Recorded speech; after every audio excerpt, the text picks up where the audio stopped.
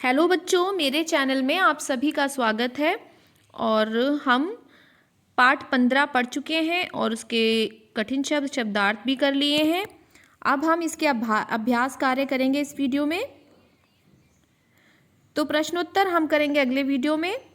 अभी सिर्फ हम जो इस बुक में अभ्यास कार्य दिया गया है सिर्फ वही करेंगे। तो दूसरा है, सही उत्तर के सामने चिन्ह लगाओ। ये वाला चिन्ह लगाना है हमें। एंटीनेटो के पास कौन सा घोड़ा था? 3 ऑप्शन दिए हैं, चीनी, अरबी या तुर्की। तो एंटीनेटो के पास अरबी घोड़ा था, तो हम इसके सामने टिक लगा देंगे, अरबी के सामने। अगला है खा, राजा ने घंटी कहाँ बंधवा रखी थी? तो हम सभी ने पढ़ा था कि पहले हम इसके ऑप्शन देख लेते हैं। महल के द्वार पर, कमरे के बाहर, बगीचे के द्वार पर। तो राजा ने घंटी कहाँ बंधवा रखी थी? राजा ने घंटी बगीचे के द्वार पर बंधवा रखी थी। तो इसका जो ऑप्शन करेक्ट होगा वो लास्ट वाला, इसके सामने हम टिक लगा देंगे। तो का था अरबी और इसका था बगीचे के द्वार पर। गा है, चौकीदार को नई रस्सी क्यों ना मिली? तो चौकीदार बाजार गया था रस्सी लेने, लेकिन उसको रस्सी नहीं मिली। क्यों नहीं मिली? रस्सी की दुकान बंद थी, बाजार बंद था, दुकान की रस्सियां बिक चुकी थी। क्या वजह थी? तो रस्सी इसलिए नहीं मिली क्योंकि उस दिन बाजार बंद था। तो ऑप्शन इसका सेकेंड वाला करेक्ट होगा, बाजार बंद था। अगला है, पढ़ो और समझो। अब हमें इसको पढ़ना है। घोड़ा, घोड़ी, गधा, गधी, बकरा, बकरी, राजा, रानी। इनको पढ़ने से हमें क्या समझ में आ रहा है कि ये जो दिया गया है ये है लिंग। लिंग बदलो।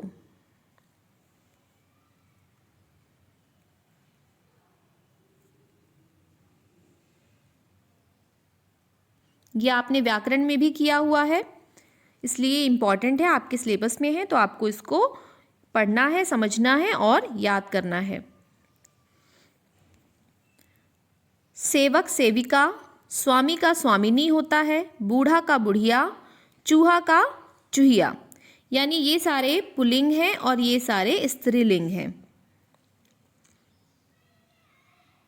फिर है पढ़ो, समझो और लिखो।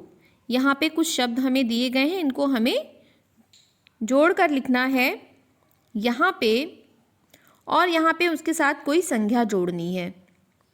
विशेषण है, ये विशेषण है। विशेषण क्या होते हैं? जो किसी चीज़ की विशेषता बताते हैं। जैसे हमें पहला करके दिया हुआ है शानदार घोड़ा। घोड़ा कैसा था? शानदार था। तो ये उसकी विशेषता है, इसलिए ये विशेषण हो गया। और संज्ञा तो आप सभी जानते हैं कि किसी वस्तु, स्थान या किसी व्यक्ति के नाम को संज्ञा कहते हैं। तो शानदार क्या होता है? घोड़ा होता है। वफादार, वफादार हमने लिखा इस तरह से और इसके साथ लिख दिया कुत्ता। वफादार कुत्ता। इज्जतदार, इज्जतदार कौन होता है? आदमी। धारीदार, धारीदार चीता। रंगदार तितली। चूड़ीदार पजामा। इन सभी के स्थान पे अगर आपको कुछ और भी समझ में आता है तो आप वो भी लिख सकते हैं।